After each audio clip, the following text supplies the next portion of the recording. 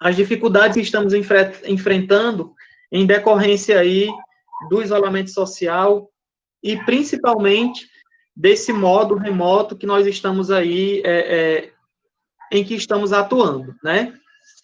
Então, assim, gente, solicitamos que os microfones, né, permaneçam desligados no momento, né, da apresentação e de falas que forem aparecendo, para que a dinâmica da atividade aconteça de forma, né, a não ser comprometida, né? Nós estamos com alunos, José Fernandes, das licenciaturas em Física e em Matemática, né? Alunos que estão aí nessa trajetória de formação, e estamos também com um grupo de professores dos dois cursos, né? Já está aqui conosco a professora Roberta, a professora Daniela Fernandes, o professor Cleiton, a professora Rosana, né? Não sei se tem mais alguém aqui, mas foram os professores que eu identifiquei aqui no nosso espaço virtual, né? Quero aproveitar a oportunidade para, mais uma vez, agradecer ao José Fernandes pela disponibilidade, né? E aí, nesse momento, dizer para vocês que, nesse conjunto de atividades que nós estamos realizando com os alunos, né, das licenciaturas, principalmente com os alunos que estão matriculados aí nos estágios supervisionados, discutir, né, pensar sobre o ensino híbrido, para a gente tem sido um desafio, né, mas também uma inquietação, e por essa razão a gente buscou, né, um profissional que está dialogando sobre a temática. Então, apresentando o nosso colaborador, o professor José Fernandes, né, professor no curso de Ciências da Computação da Faculdade de Ciências Exatas e Tecnológicas, né, FACET, UNEMAT, não é isso? Universidade de Mato Grosso, campus universitário Barra do Bugres. O professor José Fernandes tem graduação em Ciências da Computação, não é isso? Possui especialização em Gestão Organizacional e mestrado em Ensino de Ciências e Matemática pela Universidade do Estado de Mato Grosso. Atualmente, é doutorando em Educação em Ensino de Ciências e Matemática pela Rede Amazônica de Ensino em Ciências e Matemática da Universidade Federal de Mato Grosso, né? Também é líder de um grupo de estudos e pesquisa em ensino com tecnologias e é membro de um grupo de pesquisa em informática e outras mídias em educação, vinculado aí à Unesp Rio Claro. Atualmente coordena, né, projetos de extensão universitária que oferece cursos de formação continuada de professores no modelo híbrido. José Fernandes, mais uma vez, nossa gratidão por você estar aqui conosco, né? Se alguma informação que eu li ao seu respeito, coletando aqui do seu Lattes, fique à vontade para corrigir, né?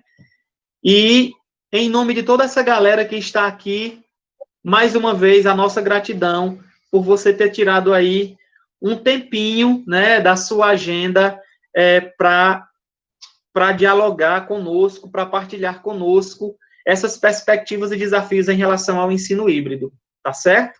Muito obrigado e fique à vontade. Certo.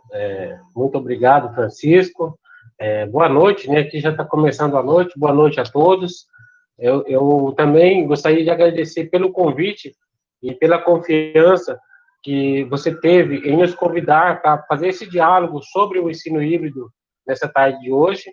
As informações que você mencionou a respeito do meu currículo estão corretas, é isso mesmo, né? Então, eu participo de um grupo de pesquisa da Unesp, que é coordenado pelo professor Marcelo Borba. Ele é meu orientador de doutorado no programa da REAMEC, e eu também sou líder de um grupo de pesquisa na Universidade do Estado de Mato Grosso, onde eu atuo como docente.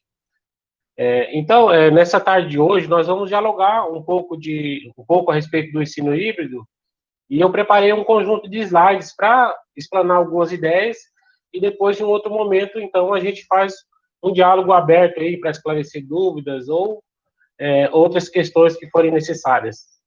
E para isso, então, eu peço a permissão de vocês para mim fazer um compartilhamento de tela para que vocês possam acompanhar essa minha apresentação que eu preparei para vocês.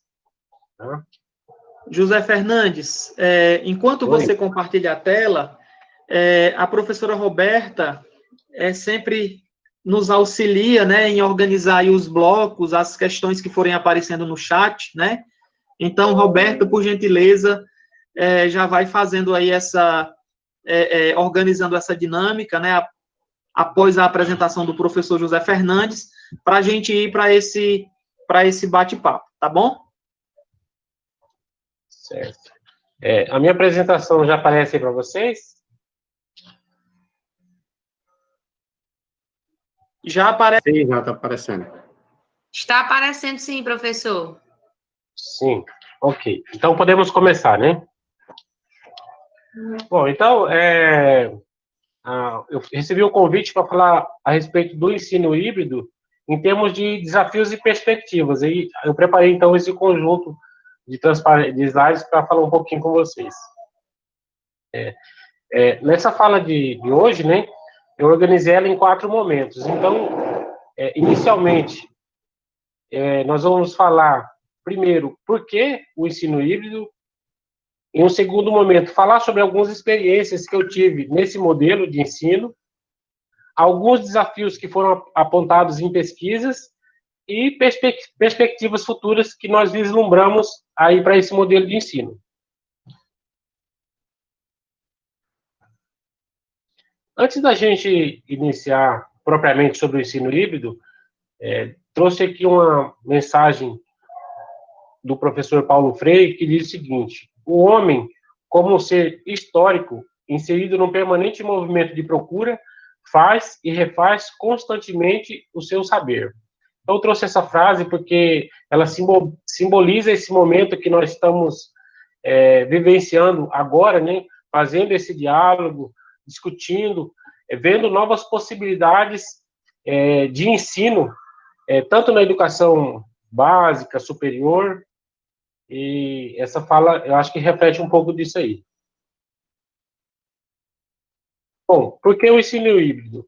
Para a gente falar sobre o ensino híbrido, a gente não pode deixar de falar sobre tecnologias em sala de aula. E quando a gente fala em tecnologias em sala de aula, uma das primeiras tecnologias que nós tivemos é o quadro negro, né? Então, essa tecnologia, ela foi bastante útil por muito tempo, inclusive nos dias atuais, ela é muito utilizada, né? Se a gente lembrar, até pouco tempo atrás, antes da pandemia, onde praticamente todas as escolas de ensino fundamental e uma grande parte do ensino médio, ela acontece por meio do ensino presencial, né? E nas salas de aulas de ensino presencial, o quadro ele é praticamente uma tecnologia obrigatória, né? E essa tecnologia, como a gente pode observar aqui, ela possibilitou um grande avanço na época, porque ela possibilitou o ensino simultâneo. Então, você conseguia transmitir informações para um grande número de estudantes, né? Agora, essa tecnologia, ela tem como uma das características que o professor é o centro do conhecimento e os alunos, eles são receptores. Então, quando você utiliza somente o quadro como tecnologia em sala de aula, pressupõe-se que o conhecimento está centrado no professor e os alunos estão ali somente, como se fosse uma tábua rasa, né? Somente recebendo informações. Então, essa tecnologia, ela não considera os diferentes ritmos e estilos de aprendizagem. Na literatura, nós já temos aí vários autores discutindo sobre estilos de aprendizagem.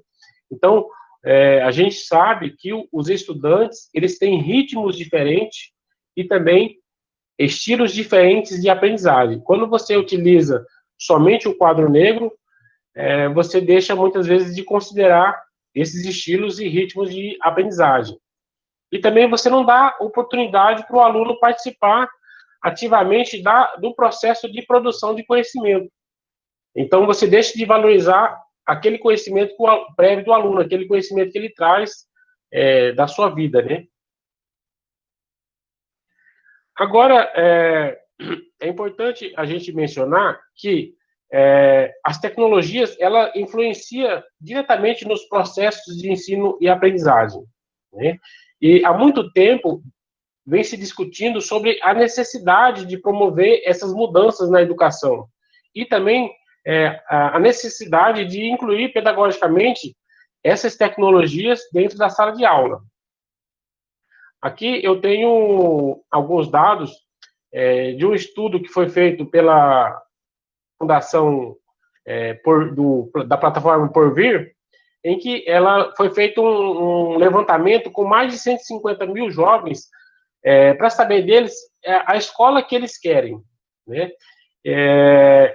E nesse link que eu disponibilizei aqui para vocês, eu acho que a gente até poderia ver um pouquinho desse vídeo agora para a gente saber contextualizar um pouco sobre essa necessidade que os alunos têm da educação nos dias atuais. Como vocês podem perceber aqui, tem um indicador de que 56% desses jovens, eles querem tecnologia, não somente laboratório de informática, mas uma das prioridades como infraestrutura física na escola é o uso de tecnologias.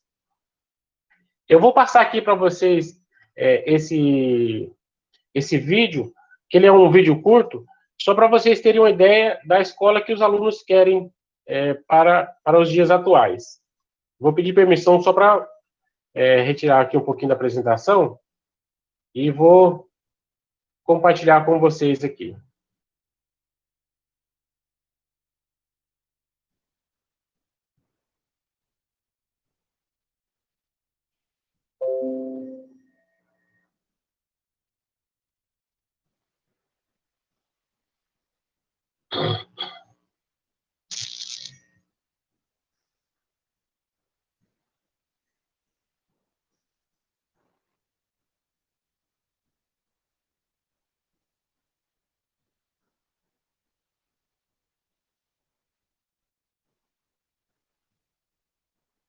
Siga escutar.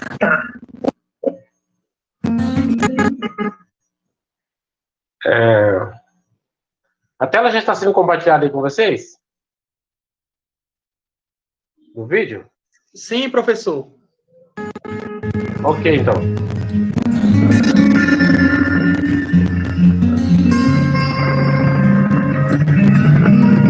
A escola precisa mudar porque ela é feita por adultos e não por jovens. A escola ela está ali para ensinar, mas ela tenta tanto ensinar que ela esquece de aprender. Uma pessoa que não sabe aprender, não sabe ensinar. A proposta da nossa escola de construção foi unir adolescentes, jovens, de realidades diferentes, mapear o que se passa no coração do jovem brasileiro quando se trata de educação. A gente desenvolveu esse questionário, a gente conseguiu mais de 135 mil respostas de jovens. É um dos meios que a gente tem de chegar e falar, oi, a gente existe. Antes de eu responder o questionário, eu já sonhava com uma escola diferente. Quando eu terminei de responder o questionário, eu comecei a sonhar com uma escola totalmente oposto, porque me foi apresentado mais opções do que eu achava que existia. Professor? Sala de aula. Oi. Eu acho que tem que desligar o microfone, porque está dando um eco no vídeo. Ah, está dando um eco? Eu acho que tem que desligar o microfone. Eu não entendo, não, mas a galera que entende está sugerindo desligar o fone. Acho que é isso aqui no chat. Tá bom, então. Se melhorar aí, vocês me avisam, tá? Para mim, não rola ficar só o professor falando. Eu gosto de aprender ouvindo histórias de pessoas. Se você escreve, você decora, para mim não funciona. Eu tenho que falar sobre aquilo, eu tenho que debater sobre aquilo. Ler e andar para mim é uma coisa muito fácil, porque eu consigo desviar o meu pensamento para duas coisas diferentes. Pode parecer estranho. Eu tenho que ter minha liberdade de parar de falar sobre aquilo, de parar de debater sobre aquilo. Quando as pessoas me contam histórias ou da vida delas, ou de nem que seja uma história, sei lá, da Grécia Antiga, e eles comparam isso com o meu dia a dia. Ainda está ruim. Os meninos estão sugerindo desligar o microfone. Acho que o seu microfone tem que ser desligado. Isso, eu vou fazer o seguinte, então. Eu acho que fica mais adequado. Eu vou mandar o link aqui no chat, e daí cada um assiste no seu computador, vai ficar mais prático.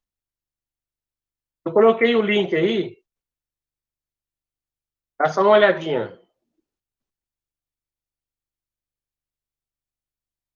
No chat. Os meninos estão sugerindo que é só desligar o seu microfone. Eu não sei se resolve.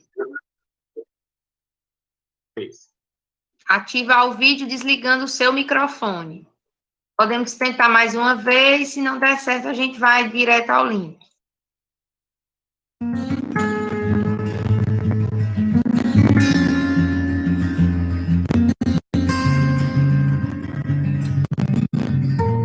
A escola precisa mudar porque ela é feita por adultos e não por jovens. A escola, ela tá ali para ensinar, mas ela tenta tanto ensinar que ela esquece de aprender. Uma pessoa que não sabe aprender, não sabe ensinar. A proposta da nossa escola em reconstrução foi unir adolescentes e jovens de realidades diferentes, mapear o que se passa no coração do jovem brasileiro, quando se trata de educação. A gente desenvolveu esse questionário, a gente conseguiu mais de 135 mil respostas de jovens. É um dos meios que a gente tem de chegar e falar, oi, a gente existe. Antes de eu responder o questionário, eu já sonhava com uma escola diferente. Quando eu terminei de responder o questionário, eu comecei a sonhar com uma escola totalmente o oposto, porque me foi apresentado muito mais opções do que eu achava que existia. Sala de aula, para mim, não rola ficar só o professor falando. Eu gosto de aprender ouvindo histórias de pessoas. Se você escreve, você decora, para mim não funciona.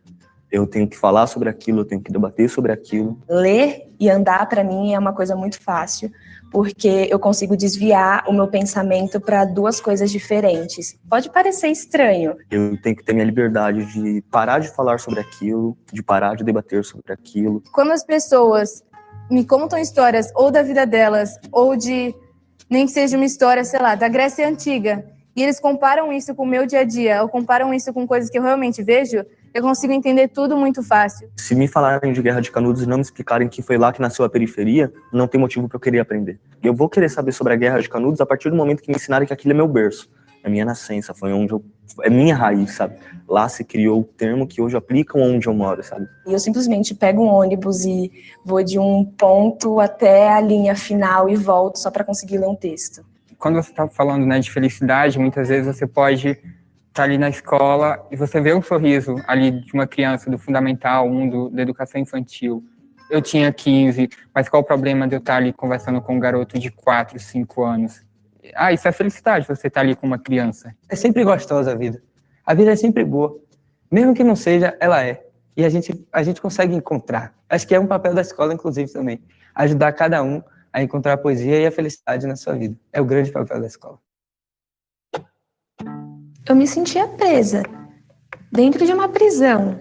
Grades por todos os cantos. Num ambiente em que você não tem liberdade para levantar da cadeira, onde você não tem liberdade para usar o banheiro no horário que você quer. Eu tinha uma relação muito de pertencimento à escola e também de que a escola pertence a mim. Porque lá a gente conseguiu construir uma biblioteca comunitária. A própria comunidade, né, construiu essa biblioteca. E eu fiz parte dessa construção. Eu não fazia parte da história. Eu não fazia parte da escola. Era um objeto nada a ver com o contexto da escola.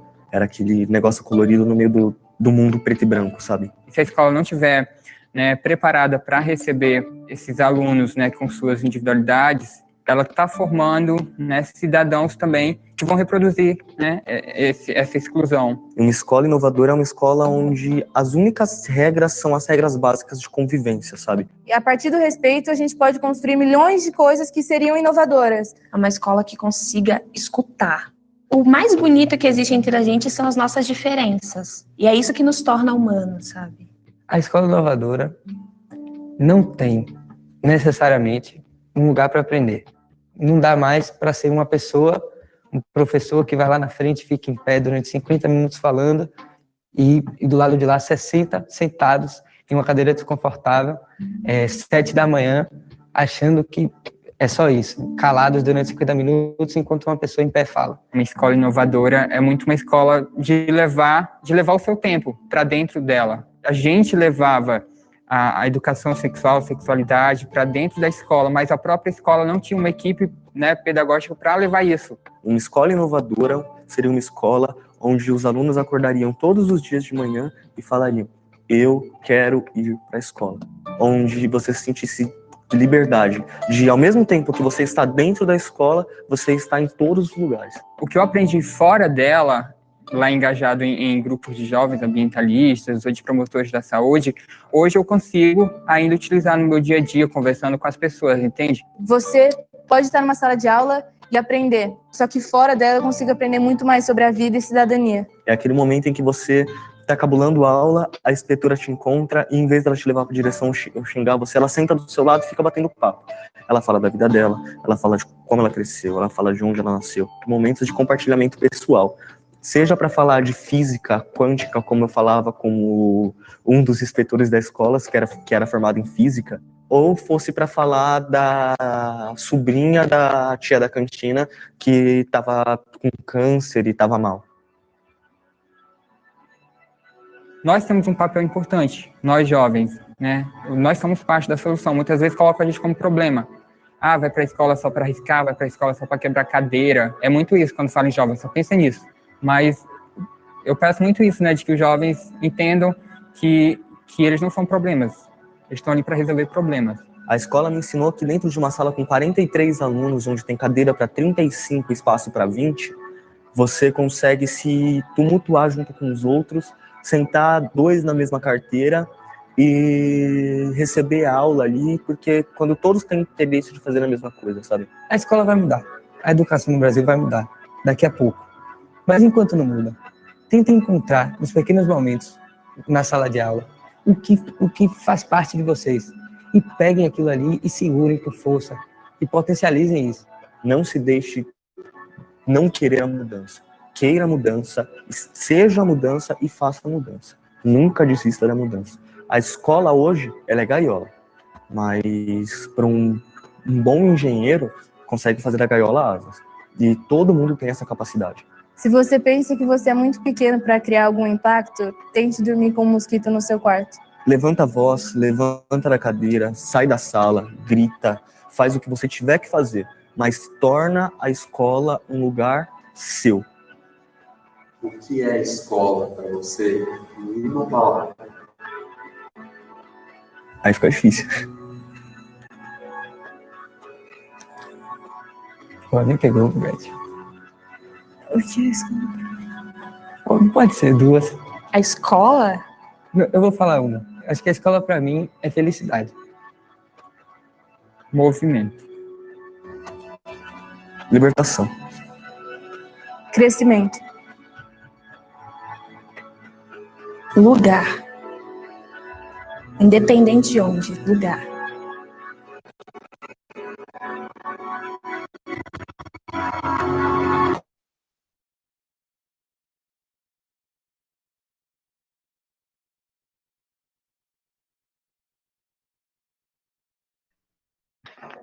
Então, essa pesquisa, embora ela não seja recente, ela foi de 2017, foi no período entre 2017 e 2018, e ela reflete um pouco da realidade que nós estávamos vivendo das escolas um pouco antes desse período de pandemia, né? E assim, o que o ensino híbrido propõe, ele vai ao encontro desses anseios dos estudantes. Por quê? Porque as tecnologias digitais, elas passam a ser utilizadas para aquele momento que teria na sala de aula presencial. Então, a sala de aula deixa de ser utilizada como o único local para transmissão de informação, que é considerado como sendo uma atividade que requer pouco esforço cognitivo para o aluno, ele só ficar copiando o quadro ou só ficar ouvindo o professor, né? Então, uma estratégia, por exemplo, como a sala de aula invertida, ele propõe essa inversão, né? Porque normalmente numa aula normal, como acontece?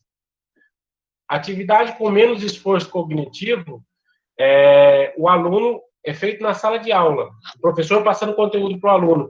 E a atividade mais complexa, resolver um problema, fazer uma pesquisa, resolver uma lista de exercícios, é aquilo que o aluno faz em casa. Então, um dos modelos do ensino híbrido, que é o sala de aula invertida, propõe justamente isso. Utiliza as tecnologias digitais para introduzir conteúdos, e o momento da sala de aula presencial, ele é utilizado com estratégias pedagógicas mais ricas, com participação ativa dos estudantes, né? Por exemplo, a aprendizagem baseada em projetos, experimentação com tecnologias digitais, resolução de problemas, gamificação e diversas outras atividades. Eu vou continuar a apresentação aqui com vocês, para a gente dar continuidade.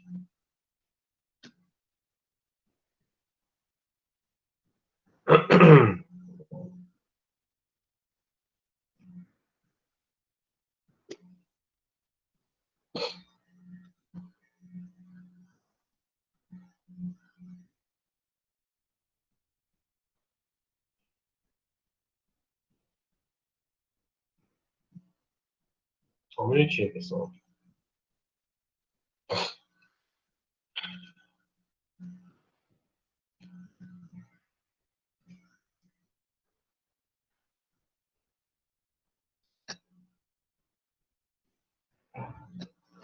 Ok? A apresentação já aparece aqui para vocês?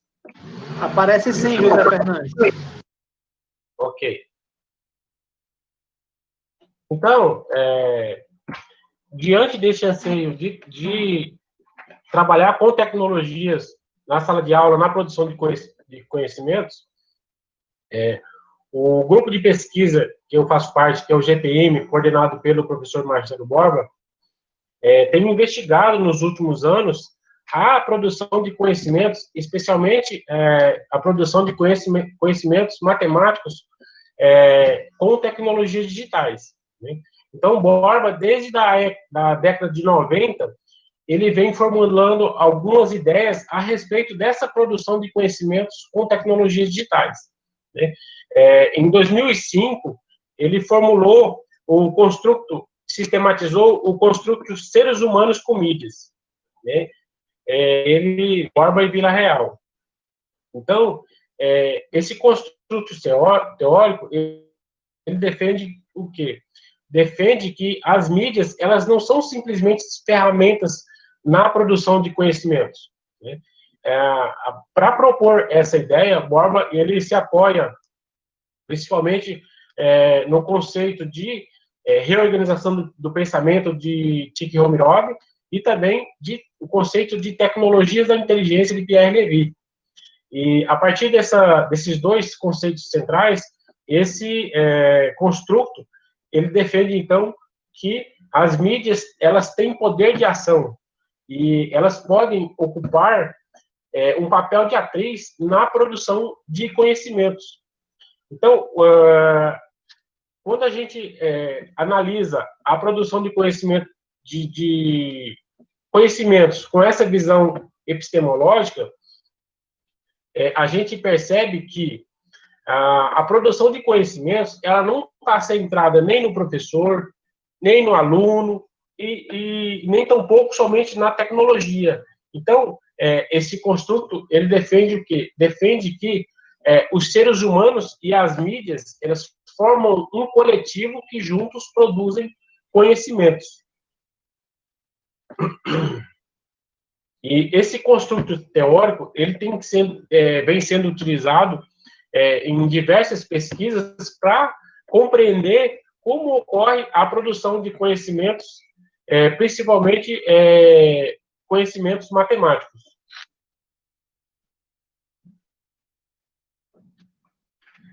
Nós percebemos aqui que a pandemia Covid-19, ela vem implicando aí em várias mudanças, né, na sociedade, e também nós tivemos reflexos na educação. Em grande parte das instituições da educação básica e mesmo de ensino superior, nós tínhamos um cenário aqui de aulas presenciais, né? Então, com a pandemia Covid-19, a gente está tendo aqui, em grande parte das instituições, o retorno das atividades por meio do ensino remoto. Na instituição que eu trabalho, que é a Universidade do Estado do Mato Grosso, as aulas foram retomadas por meio desse modelo de ensino que é o ensino remoto. Agora, a gente também tem que considerar que a pandemia ela não afeta a todos os estudantes da mesma forma. Por quê? Nós sabemos que eles vivem em contextos diferentes, vivem realidades diferentes, como vocês podem observar aqui nessa imagem. Então, já existem várias discussões a respeito de como que essa pandemia, os reflexos que ela vai ter na educação, em virtude de que o contexto onde os estudantes estão inseridos, o ambiente onde você está, vai afetar diretamente na aprendizagem que você vai ter nesse período, né? Então, todos nós que estamos aqui nessa sala hoje, estamos tendo oportunidade de estar em um espaço físico, organizado, com a cadeira, muitas vezes com ar-condicionado, com computador, com internet, enfim, a gente tem uma série de recursos que está à nossa disposição. E tecnologias também, né? Como, por exemplo, o Google Meet, que a gente está utilizando aqui, outras plataformas que estão disponíveis. Não, eu não disse não. Oi, podemos continuar? Sim, professor, pode continuar. Ok, então. Então, a realidade que nós aqui dessa sala virtual estamos discutindo agora não é a mesma realidade de todos os estudantes brasileiros. E isso certamente vai refletir diretamente na qualidade da educação que esses estudantes menos favorecidos estão tendo nesse momento agora, né?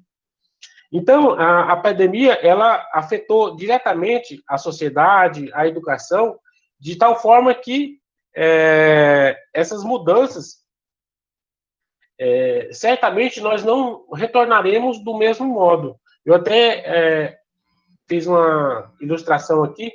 Após a pandemia, nós vamos retornar na mesma situação atual? Será que vamos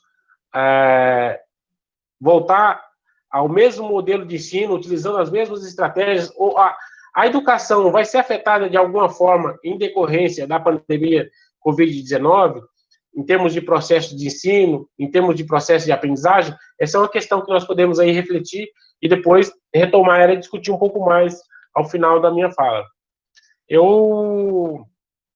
Como vocês podem perceber aqui nesse slide, no canto inferior esquerdo, ele tem um QR Code. Quem estiver com um dispositivo celular e quiser participar de uma atividadezinha que eu programei aqui com vocês, é somente fazer a leitura desse QR Code e responder uma pergunta que vai aparecer na tela para vocês. Aí, alguns minutinhos, eu gostaria que vocês participassem dessa interação. Ok?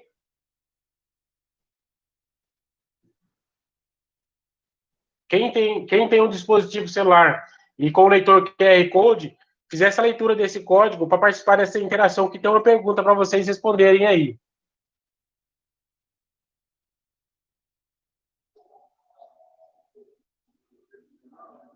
Combinado, pessoal? Combinado, professor. Quem tiver com o leitor, por gentileza, Vamos vendo aí qual é a surpresa que tem nesse QR Code aí, né? Isso. Eu vou colocar também, eu tenho aqui também, eu vou colocar no link, eu vou interromper o compartilhamento aqui e vou colocar, quem não está com o QR Code, para que todos participem,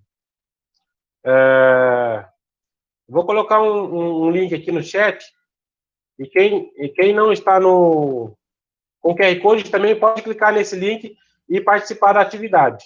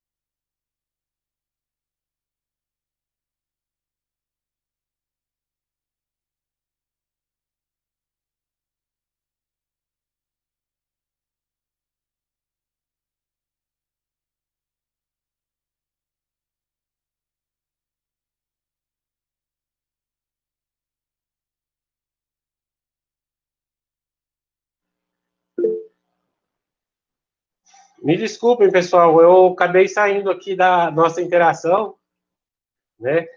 Mas vocês já responderam aí?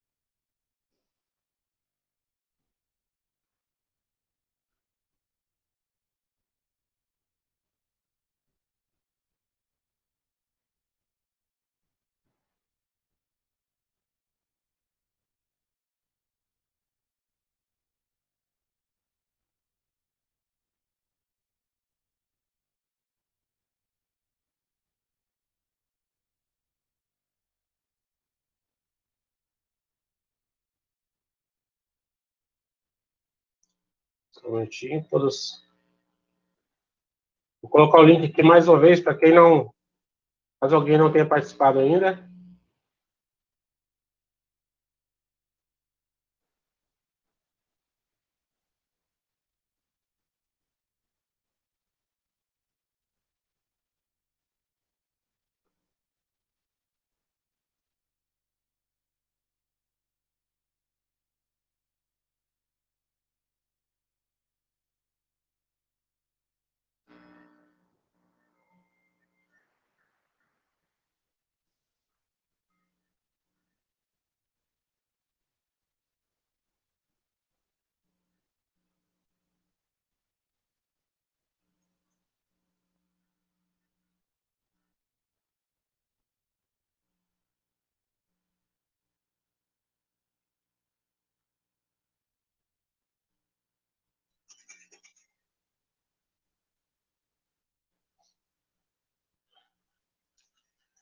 Já aparece para vocês aí já aparece aí para vocês a nossa nuvem de palavras ou não?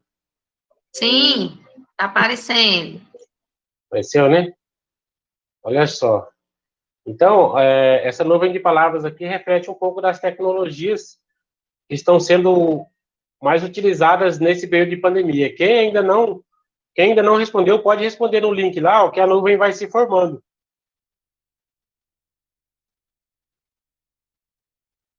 Então, as palavras que estão mais em destaque são as palavras mais utilizadas, né? 21 pessoas responderam. Então, nós temos aqui o celular, Google Meet, internet, notebook, Zoom. Então, a gente já tem um reflexo da realidade, a realidade que nós vivemos desse grupo aqui, né?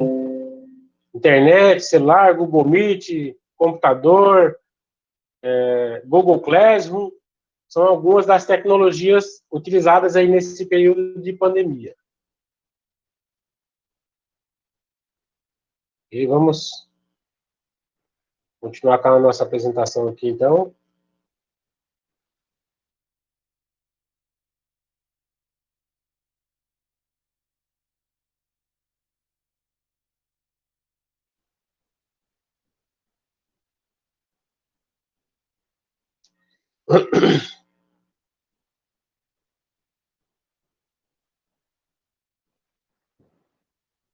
Só um minutinho.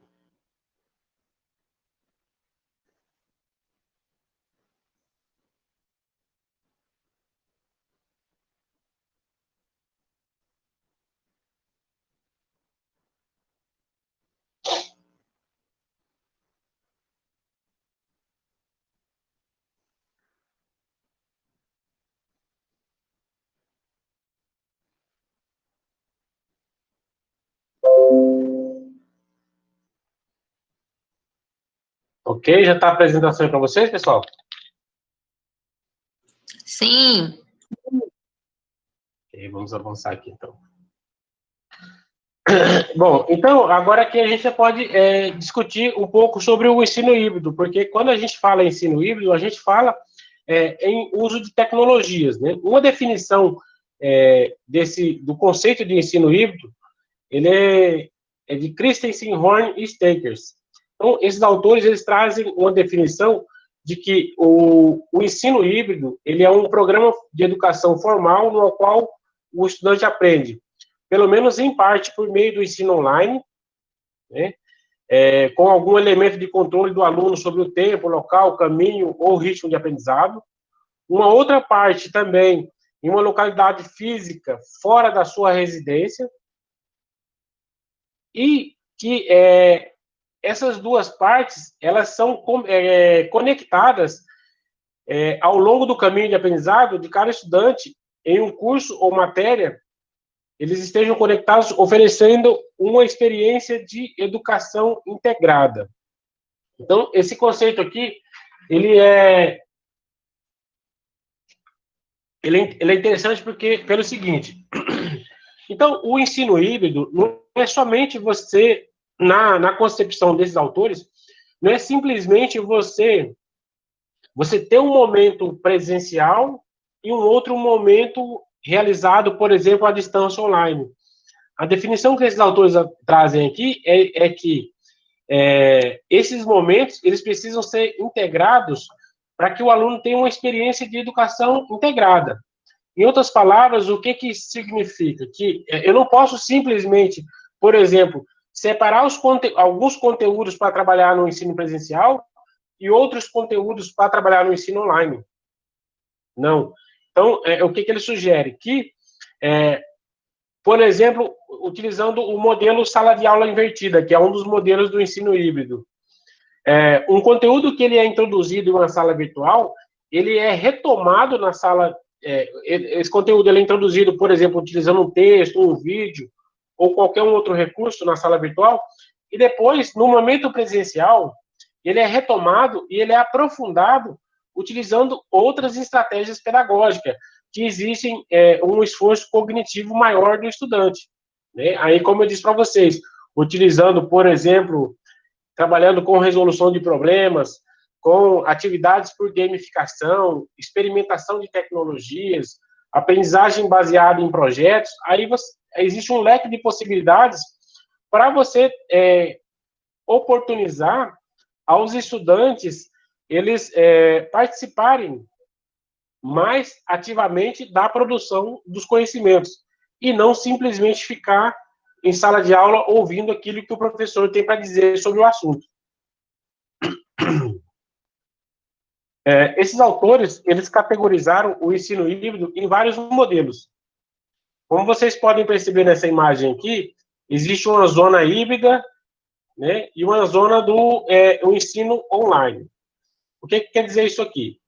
Esses modelos aqui que estão na região da zona híbrida são modelos de ensino que ele chama de modelos de inovação sustentada. O que vem a ser, então, essa inovação sustentada? Embora eles trazem o ensino online combinando com o ensino presencial, a sala de aula presencial ela é mantida da forma como ela é, sem muitas mudanças, né? Então, por exemplo, aqui nós temos aqui o modelo rotação por estações.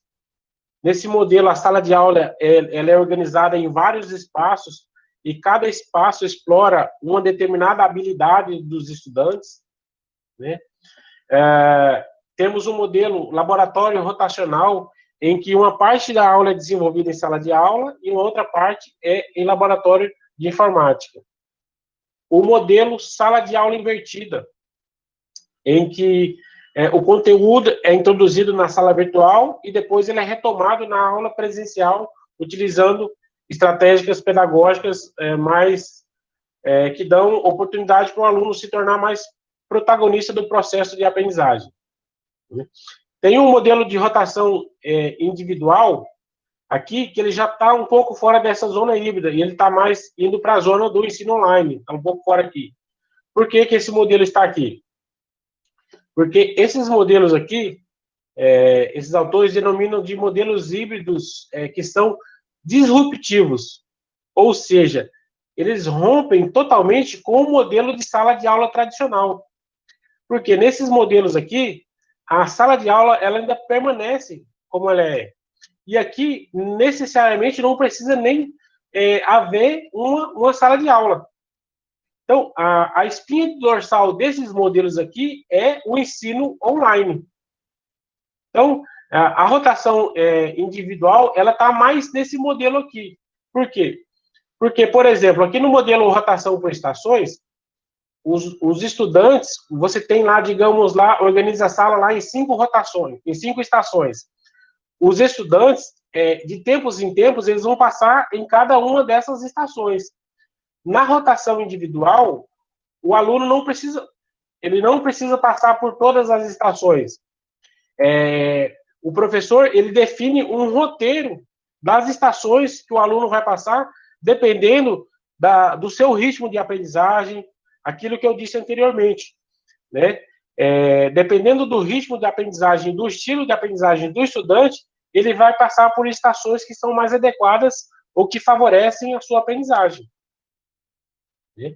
E já esses modelos flex, modelo à la carte e virtual enriquecido, não precisa ter a sala de aula presencial do formato como a gente conhece, né? O aluno, por exemplo, aqui no modelo à la carte, são cursos que oferecem, por exemplo, lá, disciplinas que são totalmente online, e o aluno escolhe qual disciplinas ele vai fazer e vai montando o seu currículo.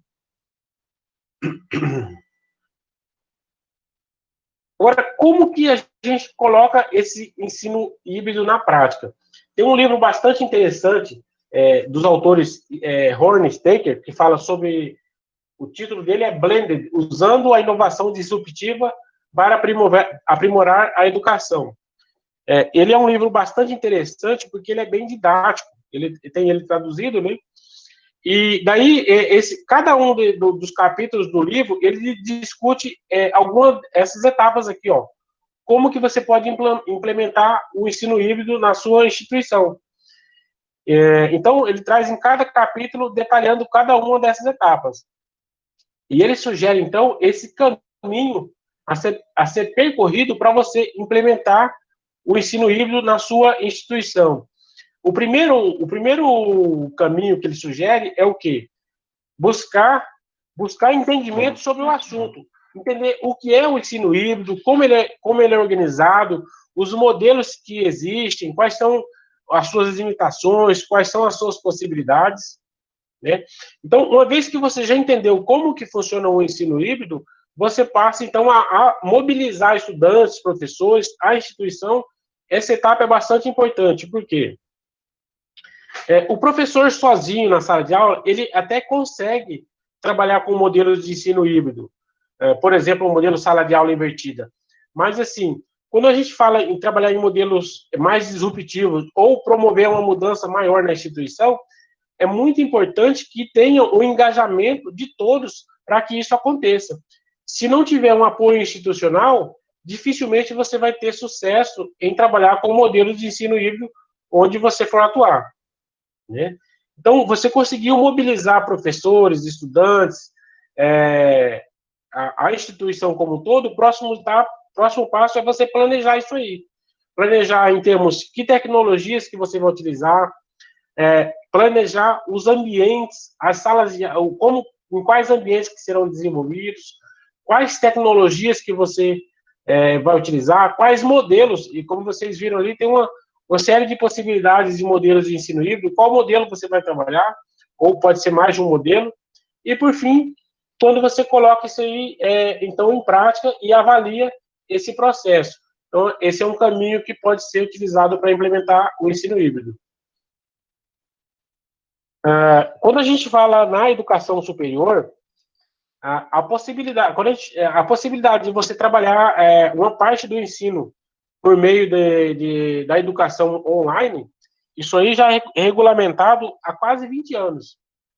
Então, desde 2001, já havia uma portaria do MEC autorizando os cursos de graduação presenciais a ofertarem até 20% da sua carga horária por meio do ensino à distância.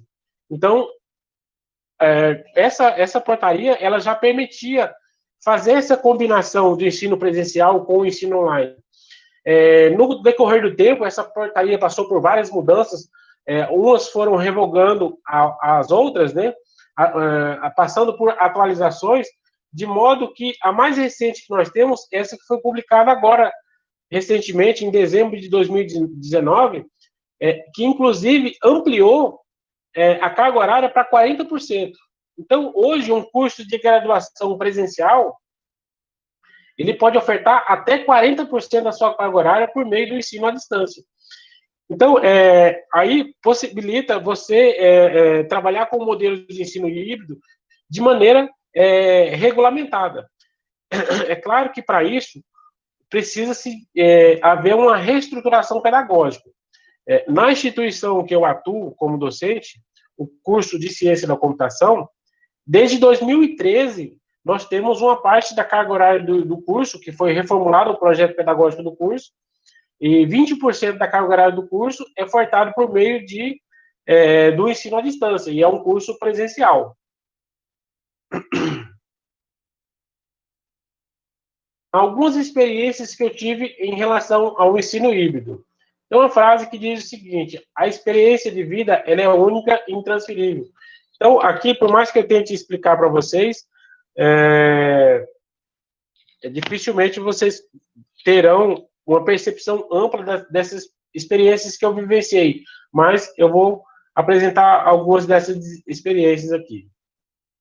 A primeira delas é no âmbito da extensão universitária. Então, na Universidade do Estado do Mato Grosso, eu tenho um projeto, eu coordeno um projeto de extensão universitária em que eu trabalho com a formação continuada de professores, principalmente professores que atuam na educação básica, no ensino fundamental, no ensino médio, e nós trabalhamos nesse modelo de ensino, que é o modelo de ensino híbrido.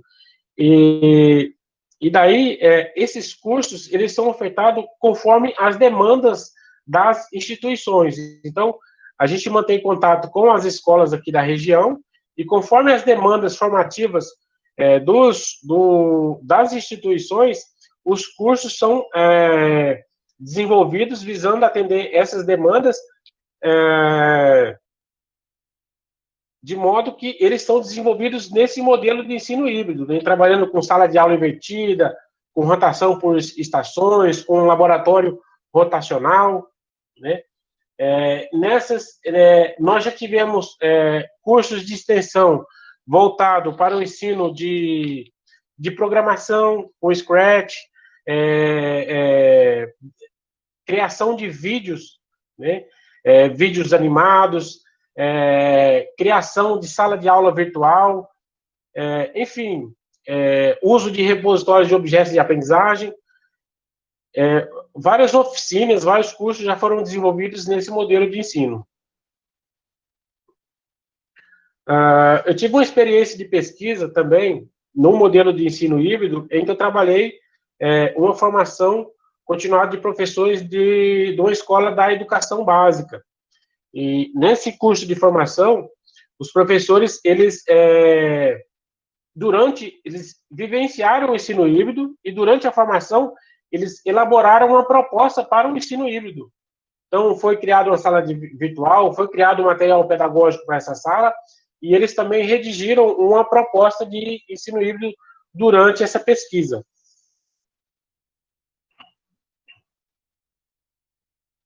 Alguns desafios do ensino híbrido. Tem um estudo que foi elaborado pelo Clayton Christensen Institute, que é um dos autores desse livro que eu mencionei para vocês a respeito do ensino híbrido. Foi feito em 2017 também, foi feito um estudo de 3 países, que são os países em desenvolvimento: Brasil, Malásia e África do Sul. E esse levantamento contou com a participação de 250 instituições públicas e privadas, né? Aqui, logo abaixo, no slide, tem um link onde vocês podem baixar esse relatório para acompanhar mais informações a respeito dele. E nesse relatório foi apontado alguns desafios. O primeiro deles é o seguinte, que um ambiente rico em tecnologia nem sempre resulta em aprendizado efetivo. Então, não é simplesmente você dispor da tecnologia, não é só o aluno ou o professor dispor da tecnologia, significa que isso aí vai resultar em um aprendizado mais efetivo para os estudantes. É necessário criar estratégias pedagógicas adequadas para que essa aprendizagem aconteça com essas tecnologias, né? Um outro ponto que foi desafiador, levantado por esse estudo, é que não existe um modelo padrão a ser seguido. Então, nesses países emergentes que foram citados aqui, existem várias formas de trabalhar com o ensino híbrido, diferentes maneiras, diferentes modelos, diferentes tecnologias. Então, assim, é algo que ainda está sendo construído, que não existe, não existe uma receita para assim, olha, esse é o modelo mais adequado, ou desse jeito dá certo. Não. Já existe muita coisa que foi produzida, mas cada região trabalha de uma forma. E uma terceira limitação é relacionada à conectividade, à infraestrutura e ao desenvolvimento profissional docente. Então, os recursos tecnológicos e a formação do professor também é um desafio apontado por esse estudo. No caso, esse mesmo estudo, no caso específico do Brasil, ele traz um dado interessante que é o seguinte: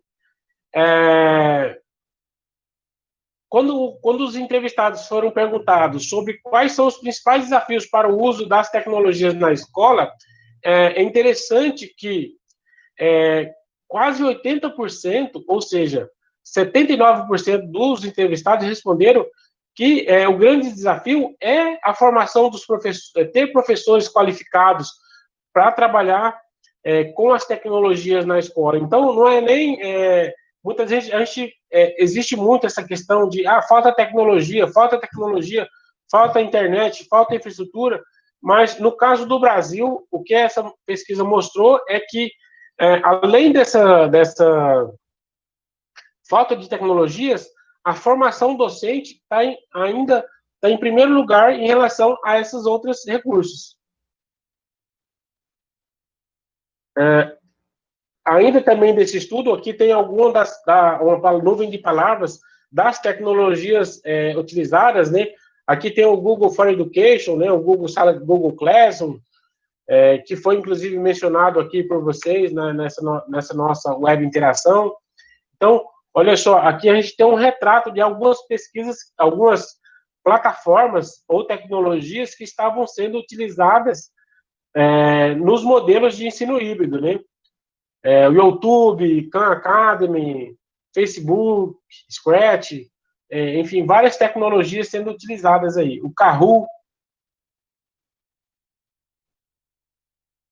Uma pesquisa de mestrado realizada por Batista Júnior, agora em 2018, esse autor ele fez uma pesquisa a respeito da implantação daquela carga horária à distância em cursos de graduação presenciais de uma instituição do ensino superior, né?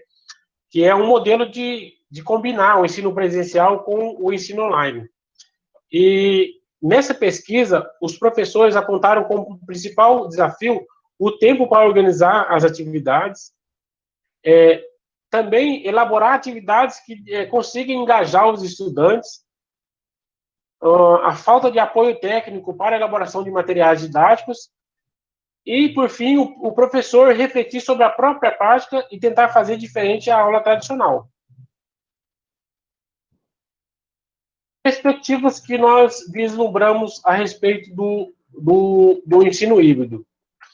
Bom, diante do que nós vemos aqui em relação a esses desafios, a pandemia, é claro que ela afetou radicalmente e talvez para sempre os modos de comunicação em sociedade, as formas de ensinar, as formas de aprender, estão sendo influenciadas diretamente por tecnologias que estão surgindo agora nesse período de pandemia, que estão facilitando essa comunicação e também estão facilitando o acesso à informação.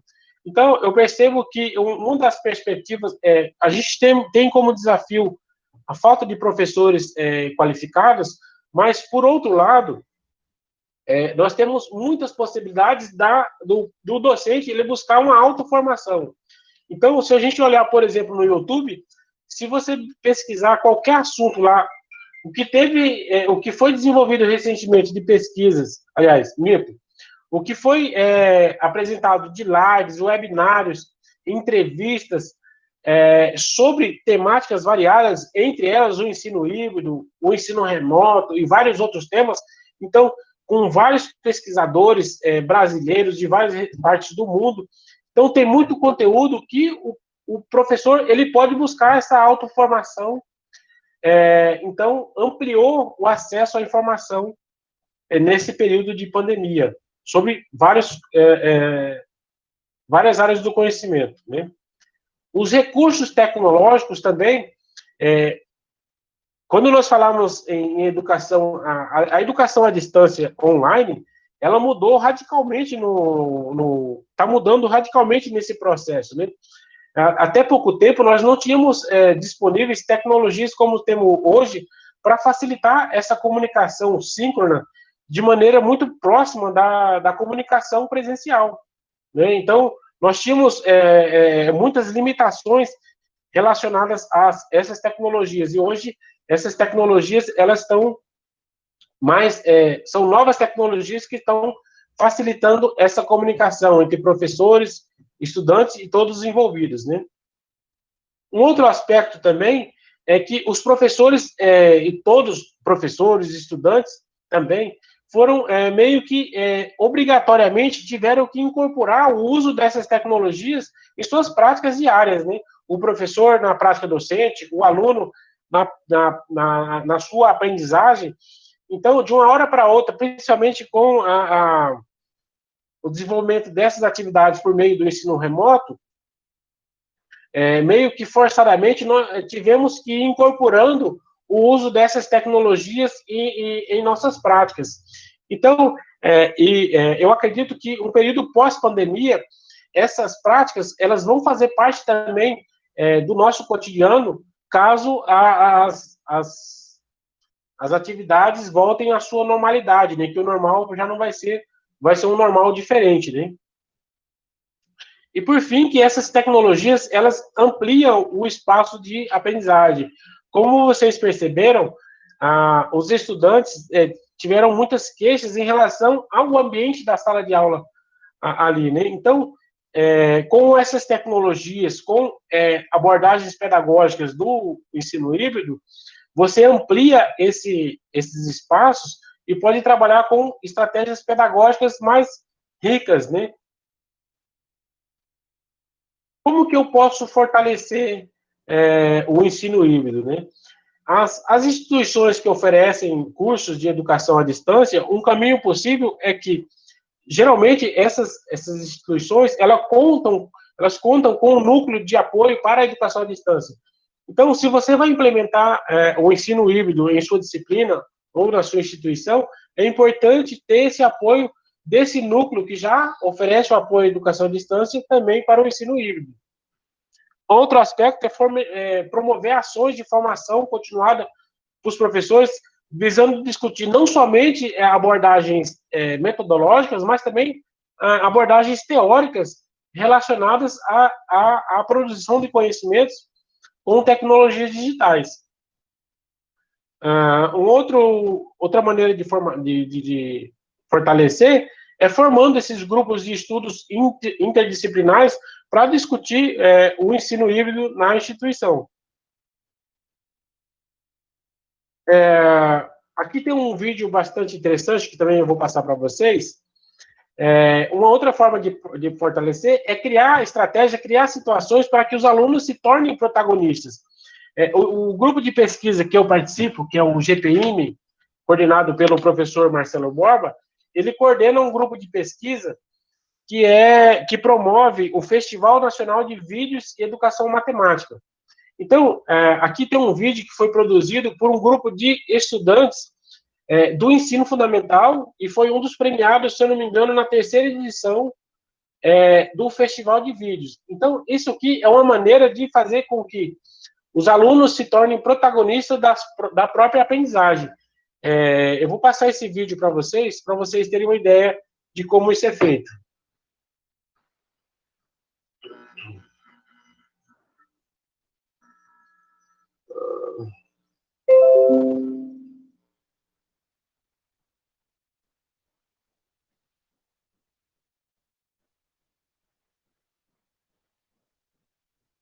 Eu tenho que...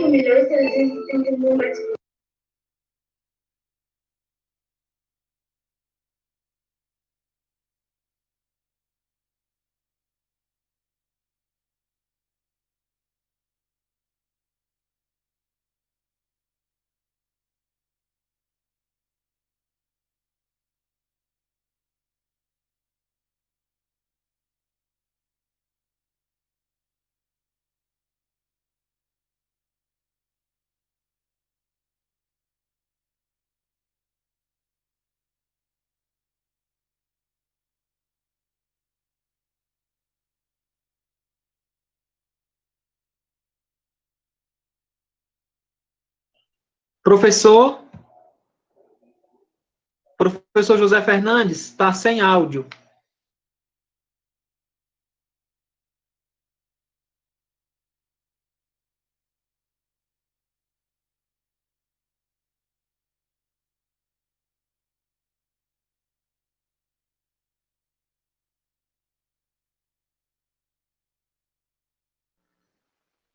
Tem que verificar se não vai dar o eco aí, vocês me avisem, tá?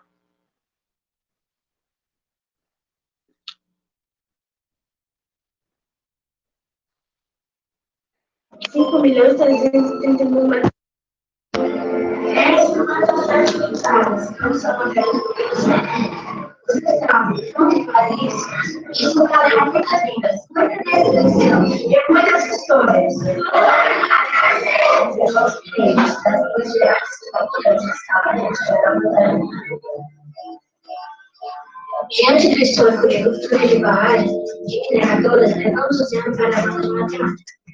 conversamos, pesquisamos e chegamos à conclusão que gostaríamos de saber. Como seria possível superar a interação Oi. Está com eco. Eu acho que você vai precisar desligar aí o seu microfone.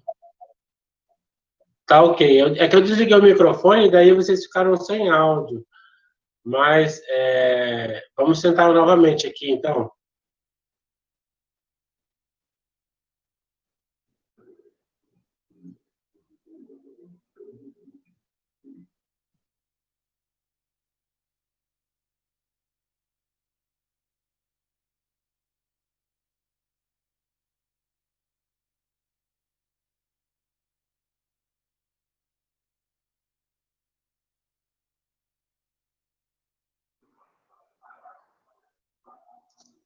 Realmente aí fica sem o som, né?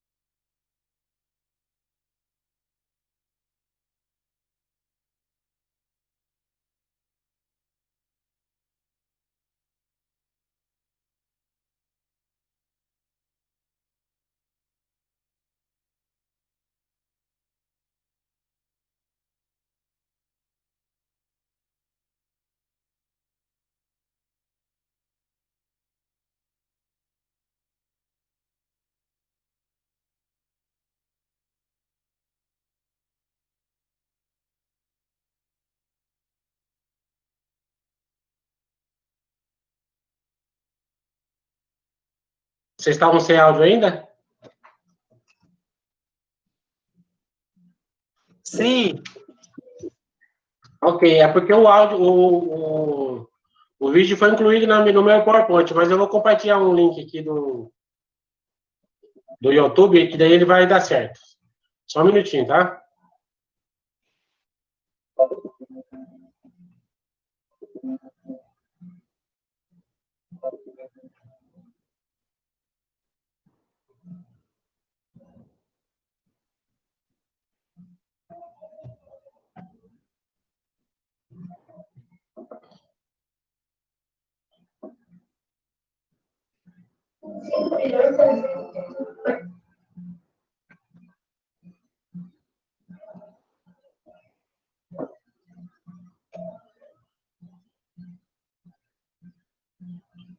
Ok.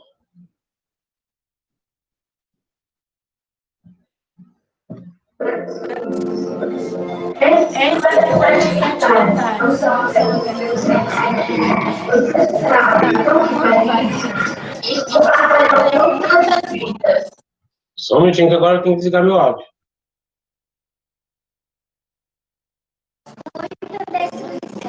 E muitas histórias.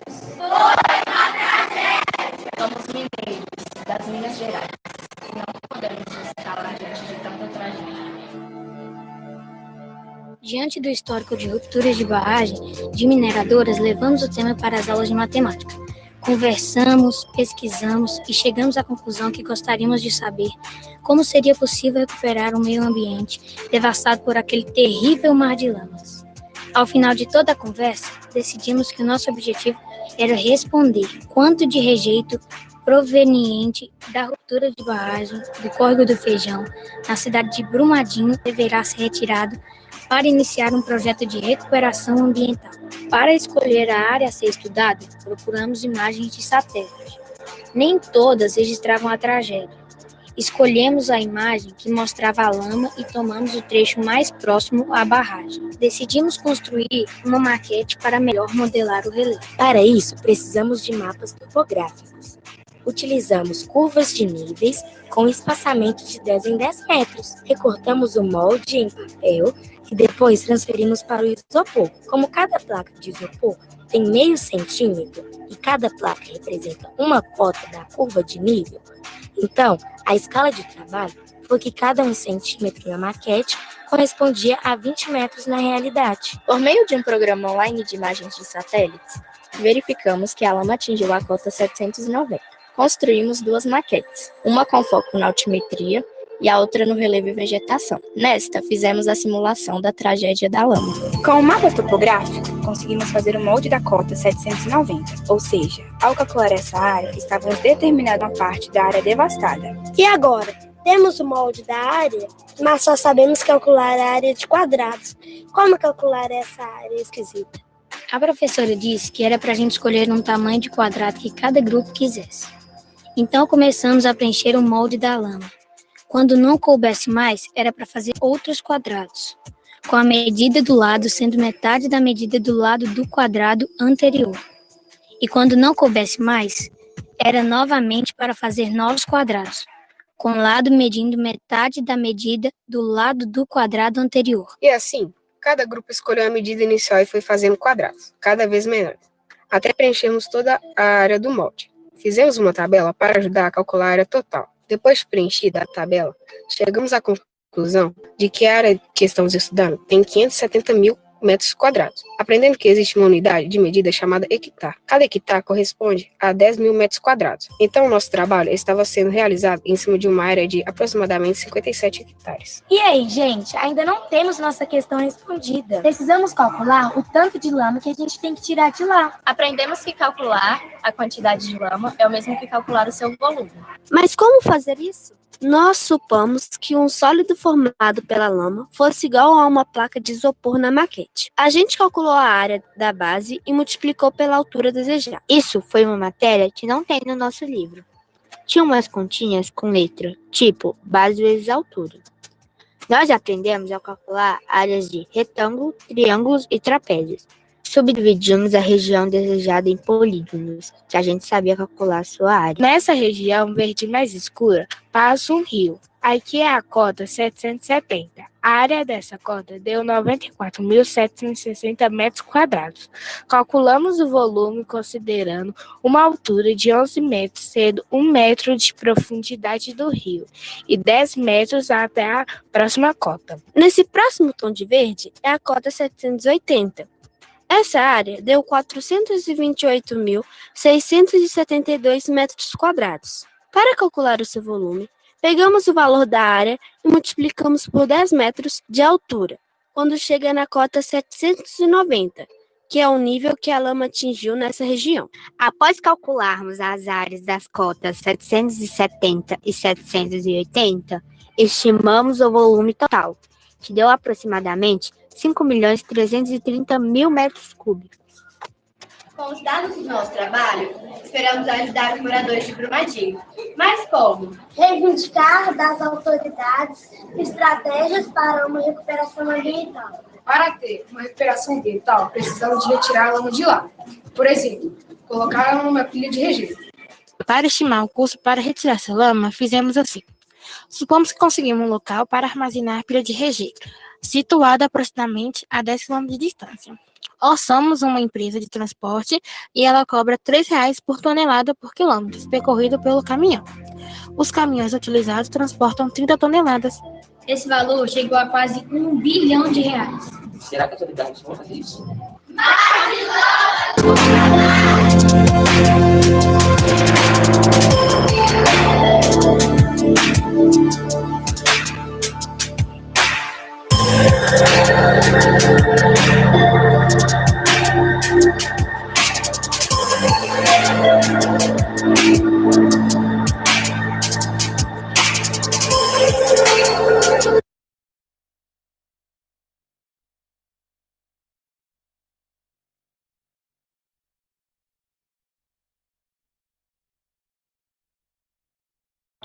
Liga o microfone.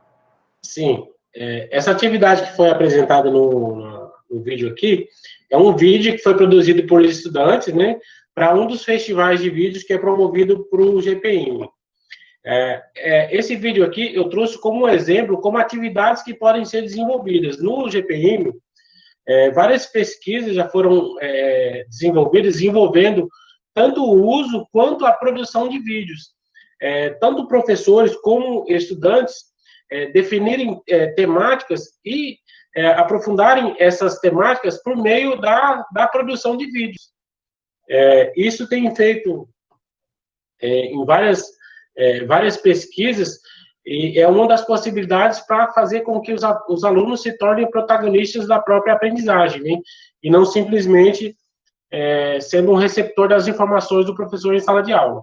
Nós já estamos encerrando aqui, falta pouquinhos slides, e nós já estamos quase encerrando aqui, tá?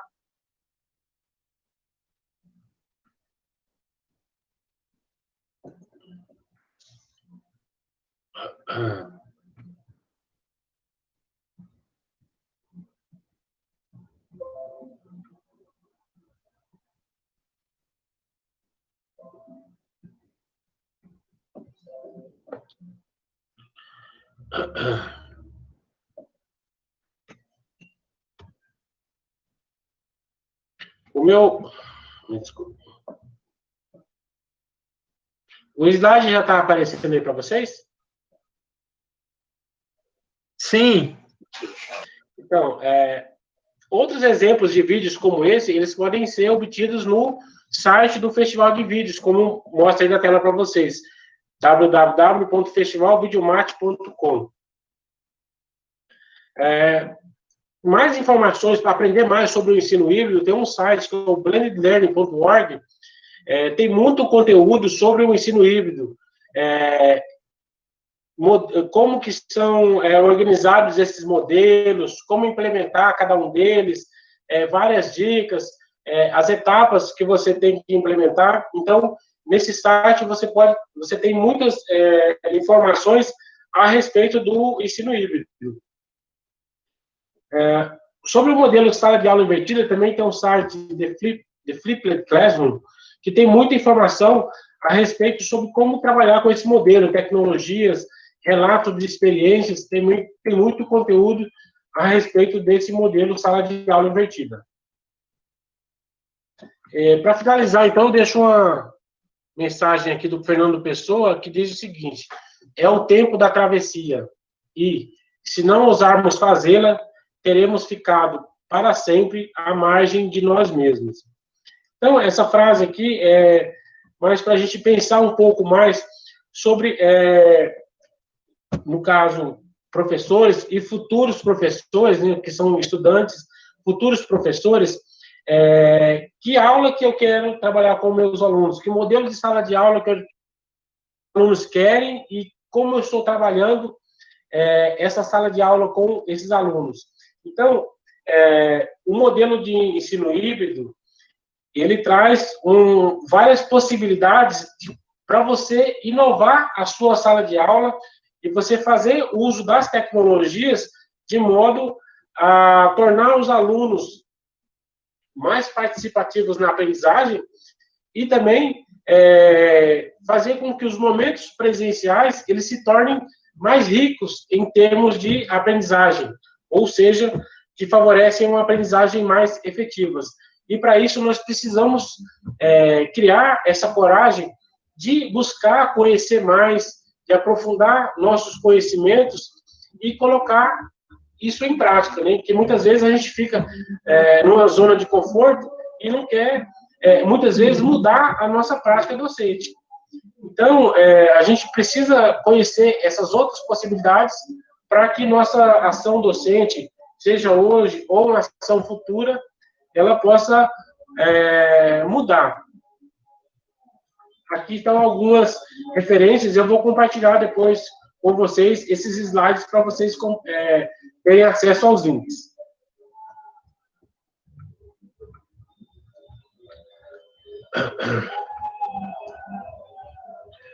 Bom, então, essa foi o que eu preparei a minha fala inicial, E agora eu fico aberto a dialogar com vocês, alguma dúvida que vocês tiveram, alguma coisa que vocês gostariam de perguntar a respeito do ensino híbrido. Eu acho que nós poderíamos agora, então, estou aberto aí para vocês, para dialogarmos. Ótimo, José Fernandes. A gente é que agradece, né, por essa oportunidade de estarmos tão próximos, de certa forma, dialogando, né, sobre uma temática que para a gente é desafiadora, né? Mas vamos lá. Eu achei muito interessante quando você traz inicialmente, né, essa questão dos alunos possuírem estilos de aprendizagem e ritmos diferentes, né? E isso é reforçado no primeiro vídeo que você nos apresentou, quando os estudantes, né, eles deixam muito claro, nós não somos o problema, mas nós somos parte da solução ou a solução. E aí é interessante fazer essa observação, porque quando há a possibilidade de protagonismo, né, certamente os estudantes, eles conseguem aprender com muito mais intensidade, vamos dizer assim. Talvez seja até uma expressão indevida, mas é a que me ocorreu agora. E aí eles deixam muito claro, né, seja a mudança, queira a mudança.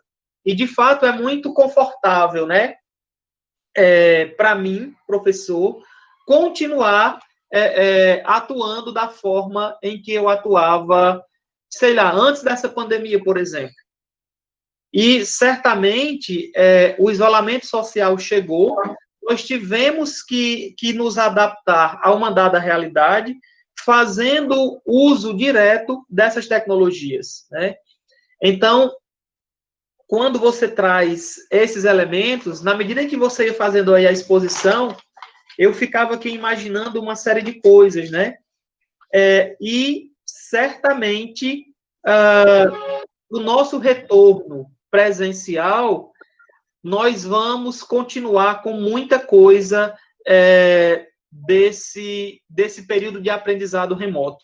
Eu sei que nós estamos aprendendo a duras penas, né? Porque conforme as pesquisas que você foi apontando aí, um dos grandes desafios é essa história da própria formação, mas também do desenvolvimento profissional docente, né? E que há, sim, uma necessidade latente de diante dessas situações, você buscar autoformação, né? E aí, quando você chega nas experiências, algo me chamou, assim, bastante atenção, né? E, de certa forma, também curiosidade, porque como já ouvi falar, né, sobre o ensino híbrido, mas nenhum estudo aprofundado, nenhuma experiência em relação, né? Você traz aí as suas experiências no laboratório rotacional e estações de rotação. Você poderia compartilhar conosco o que seria esse laboratório rotacional e o que seriam essas estações rotacionais? Eu fiquei curioso, José Fernandes. O mais era isso, eu vou deixar para os demais colegas, né? Estou muito feliz por tê-lo aqui, por ter compartilhado, por você ter compartilhado essas experiências conosco. Tá certo? Certo. Obrigado aí pelos questionamentos, Francisco. Bom, esses dois modelos, que são modelos bastante interessantes e muito utilizados, esses dois modelos de ensino híbrido, né? Então, o modelo laboratório rotacional, como que funciona? Ele funciona da seguinte maneira: o professor, ele quer desenvolver um determinado tema ou uma determinada atividade. No meu caso, na formação de professores, eu trabalhei com esse modelo trabalhei experimentação com tecnologias digitais e trabalhei também com produção de animações digitais, né? Então, como que funcionou? Um momento de aprendizagem, no caso, a formação, eram somente 2 horas, né?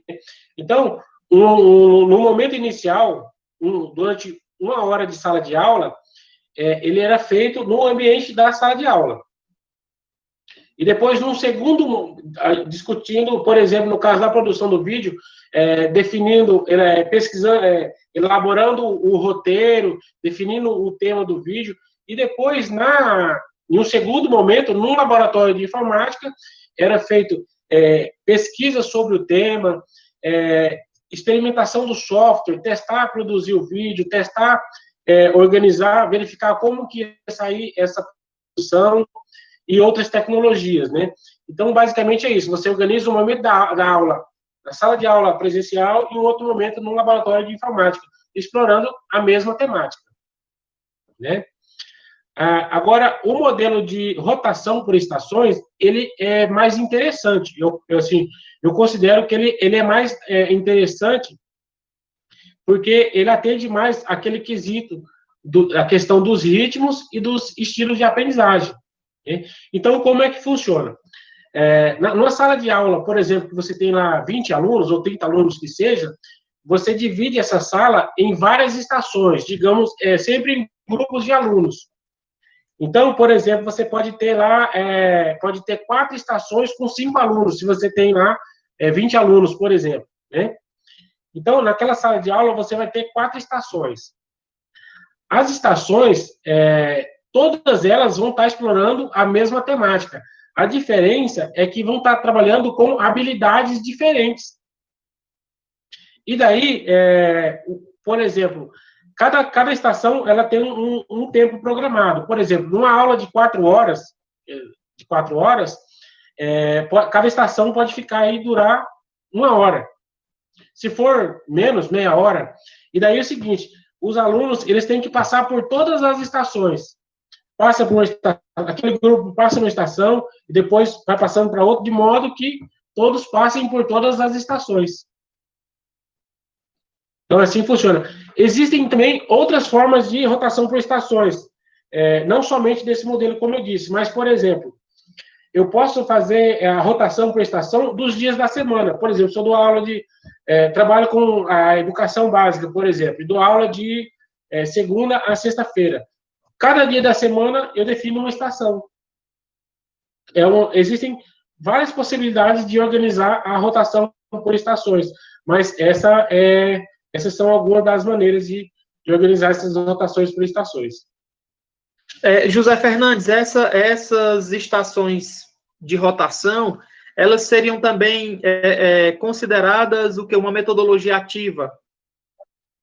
É uma metodologia ativa. Todos esses modelos de ensino, que é o seguinte, eles são modelos de ensino híbrido, né? Mas todos esses modelos de ensino híbrido, eles são metodologias ativas, porque o que caracteriza como metodologia ativa, né? É que a aprendizagem ela é mais centrada no estudante, o estudante ele não fica ali passivo.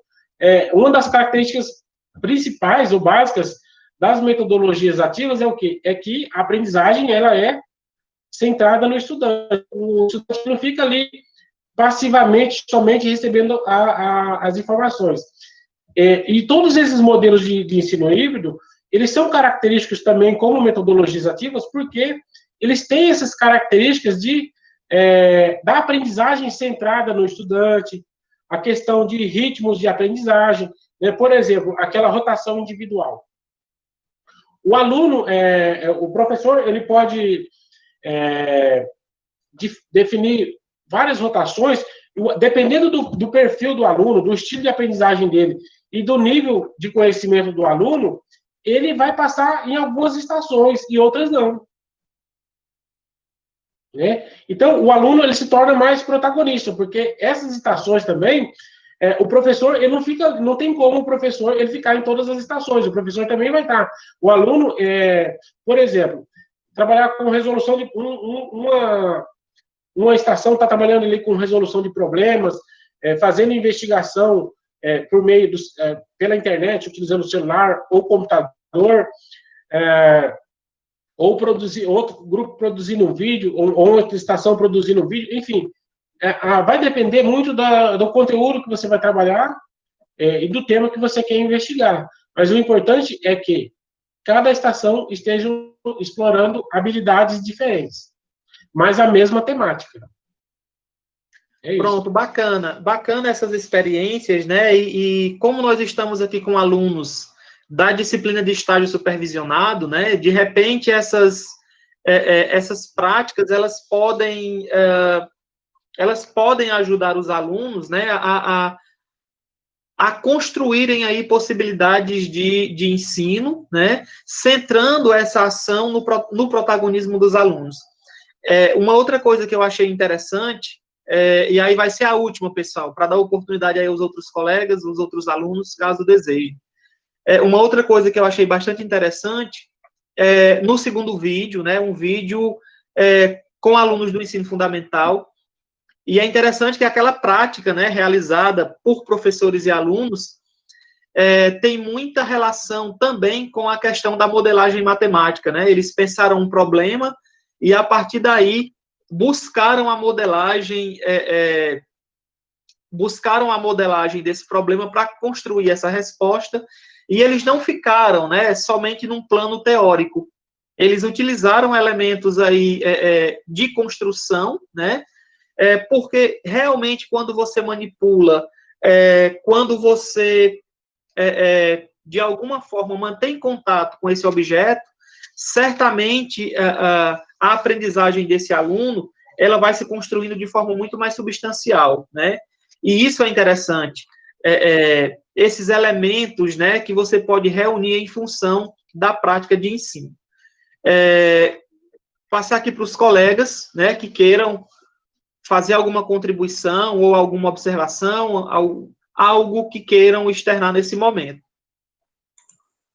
Eu queria agradecer ao professor José por estar aqui conosco, né, tirar esse tempo de compartilhar conosco esses conhecimentos e saberes importantes. Eu gostaria só de fazer uma reflexão a respeito do ensino híbrido, né, colocando o ensino híbrido em dois contextos, né, num contexto de um período normal, né, de uma normalidade, da normalidade que tínhamos, digamos assim, e o ensino híbrido no contexto pós-pandemia, né, durante e pós-pandemia. Já há sinais, né, sinalizações das escolas retornarem no modelo híbrido. E eu acho importante fazer essa distinção desses dois contextos, porque quando o ensino híbrido ele vem nesse contexto pós-pandemia, ele pode perder o enfoque principal, que é de promover uma aprendizagem centrada no aluno, diante de tudo que o professor falou, né, para não me repetir, e traz um enfoque para um cumprimento aligerado de carga horária, uma compensação de carga horária. E essa é a minha preocupação, né? Porque a gente já havia começado um debate sobre metodologias ativas, sobre as várias estratégias das metodologias ativas, numa perspectiva de melhorar a condição de aprendizagem do aluno, né, tornando-o protagonista, construindo a aprendizagem mais significativa. Mas, nesse contexto pós-pandemia, a proposta do ensino híbrido pode ganhar, né, um enfoque muito mais voltado à compensação e a cumprimento de carga horária, numa perspectiva aligeirada, sem planejamento devido, sem considerar os princípios básicos, né, os princípios basilares da perspectiva do ensino híbrido, precarizando o trabalho do professor, que será, podemos dizer, obrigado a promover um ensino híbrido por consequência da necessidade de compensar uma carga horária, né, de cumprir a carga horária, de cumprir o tempo, pagar o tempo perdido, vamos dizer assim, e nesse formato, nesse enfoque, nessa perspectiva, pós-pandemia, né, o ensino híbrido perde suas características essenciais. E essa é a minha reflexão, a minha preocupação, né, partilhada aqui com os colegas e com o professor. Não sei se o professor partilha dessa mesma compreensão, né, de que a gente possa estar entrando numa onda do ensino híbrido, mas uma onda que está olhando para o cumprimento da carga horária, olhando para compensar dias letivos, compensar o tempo perdido, e aí a gente perde o que é essencial no ensino híbrido, que são os eixos basilares, né, que também são das metodologias ativas. E no mais, professor, agradecer imensamente pela sua apresentação, e se você puder disponibilizar as referências para a gente, ficaremos muito gratos, porque são temas que são de nosso interesse. E agradecer aí a todos os alunos que ficaram aí, estamos há bastante tempo na sala de aula, mas ficaram aí, persistiram até o final. Gratidão a vocês também. Sim, muito obrigado, professora Roberta. Eu, de fato, compartilho também dessa sua preocupação, e eu acredito que essa reflexão que você fez, ela é importante e necessária, né? Porque, como eu mostrei aqui uma pequena parte sobre o ensino híbrido, mas existe muita discussão teórica, metodológica, a respeito desses modelos de ensino. Não é simplesmente você jogar uma parte da carga horária online lá, que já vai ser o ensino híbrido. Então, nesse sentido, essa sua preocupação, de fato, ela é pertinente e necessária.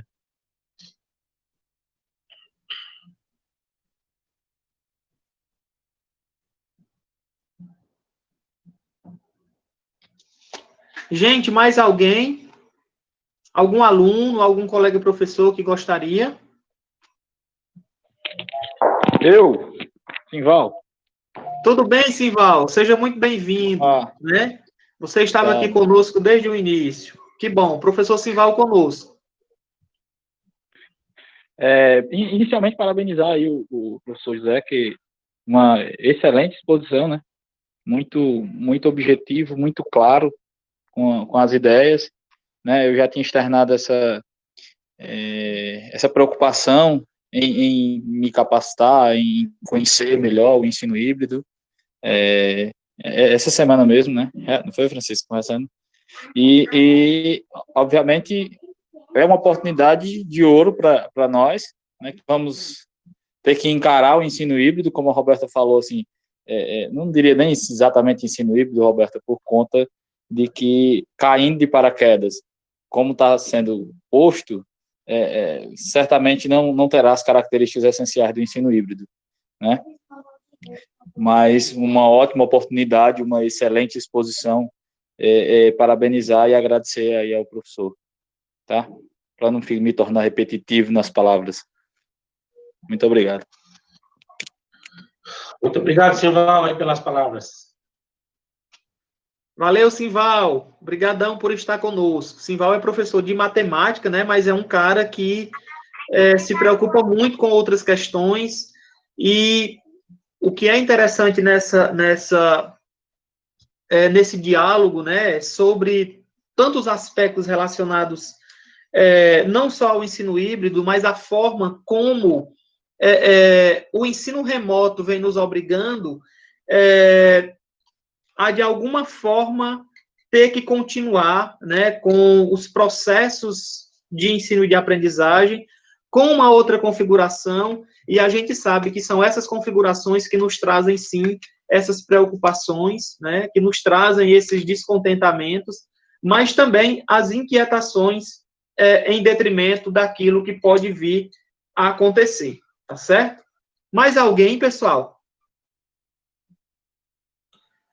Boa noite, Francisco José Fernandes, todos aqui que estão ouvindo. Boa noite, William, seja muito bem-vindo. Eu queria perguntar a opinião do professor, como ele acha que ficará essa questão do uso de tecnologias e tudo mais no cenário de pós-pandemia, assim que tudo se normalizar e voltar às aulas, por exemplo, nos usos de tecnologia e dessas plataformas que hoje estamos usando online. Sim, muito obrigado aí pela sua pergunta. É o seguinte, o que eu penso? Eu acredito que após esse período de pandemia, o uso das tecnologias ele vai ser mais intenso, tanto em sala de aula quanto fora da sala de aula, principalmente para as formas de comunicação, né? Por quê?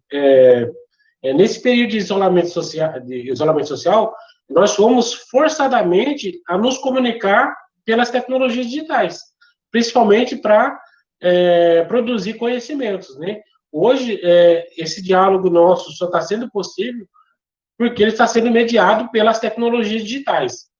E, até então, anteriormente à pandemia, embora já existissem outras tecnologias de comunicação, mas nós não utilizávamos algumas dessas tecnologias porque simplesmente elas não eram necessárias para a gente, né?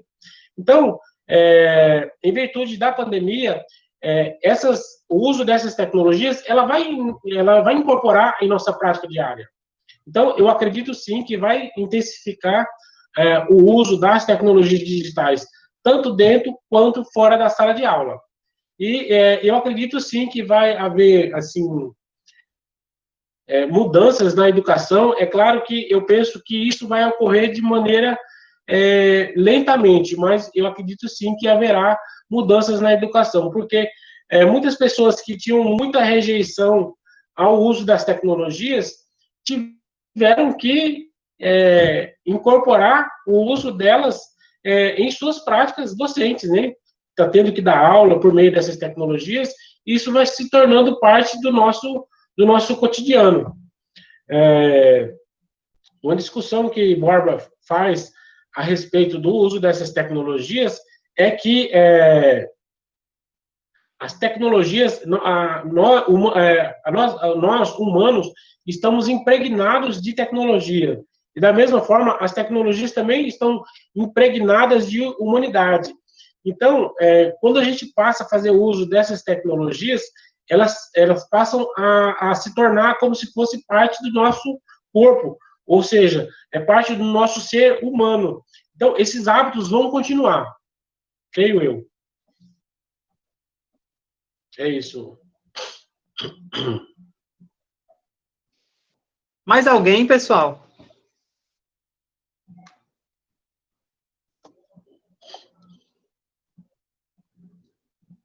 José Fernandes, mais uma vez, agradecer, né, pela sua presença aqui conosco, mesmo que virtualmente, né? Para nós que fazemos o Instituto Federal do Ceará, Campus Cedro, aqui no interior, né? É uma alegria estar com você, estar com essa turma toda aqui, discutindo sobre algo tão necessário, né? Que, embora nos traga essas inquietações, a gente sabe da necessidade que há em continuarmos resistindo a tanta coisa, a necessidade que há em continuarmos aprendendo na expectativa de ensinarmos, né, de modo diferente, de modo melhor, né? Em nome de todo o grupo de professores e alunos aqui do campus, em nome do grupo de pesquisa do GIPEA, né, agradecer a todos vocês, e esperamos, né, que outras oportunidades como essa seja viabilizada e que possamos, sim, trocar essas experiências, tá certo? Mais uma vez, muito obrigado por estar conosco, te desejo muita saúde, né, para você, para sua família, para todo mundo, e que todos nós continuemos aí nos cuidando, né? Isso mesmo, Rosana. É uma temática bastante atual e que precisa, sim, dessa discussão, né? Que precisa, sim, dessas reflexões, tá certo? Vamos te enviar, José Fernandes, a certificação desse momento, eu te envio por e-mail, tá certo? E, mais uma vez, muito obrigado por você estar conosco nesse momento, tá certo? Boa noite a todos. Bom, Francisco, eu agradeço mais uma vez os professores que estiveram aí presentes, os estudantes que ficaram aqui. Nós já estamos aí há quase 2 horas, né, online, né? Então, muito tempo. Então, acho que mostra que despertou um pouco do interesse em ouvir a respeito do ensino híbrido. E, então, nesse sentido, eu agradeço tanto pelo convite a vocês que estiveram aqui até esse momento. Eu vou disponibilizar o slide no seu e-mail, Francisco, e depois você compartilha com os demais aí que tiverem interesse nesse material, ok? Muito obrigado e um grande abraço a todos vocês aí. Compartilho sim, José. Nós é que agradecemos por toda a contribuição que você nos trouxe nessa noite, tá bom? Muito obrigado. Tudo de bom para você. Valeu. Tchau, tchau.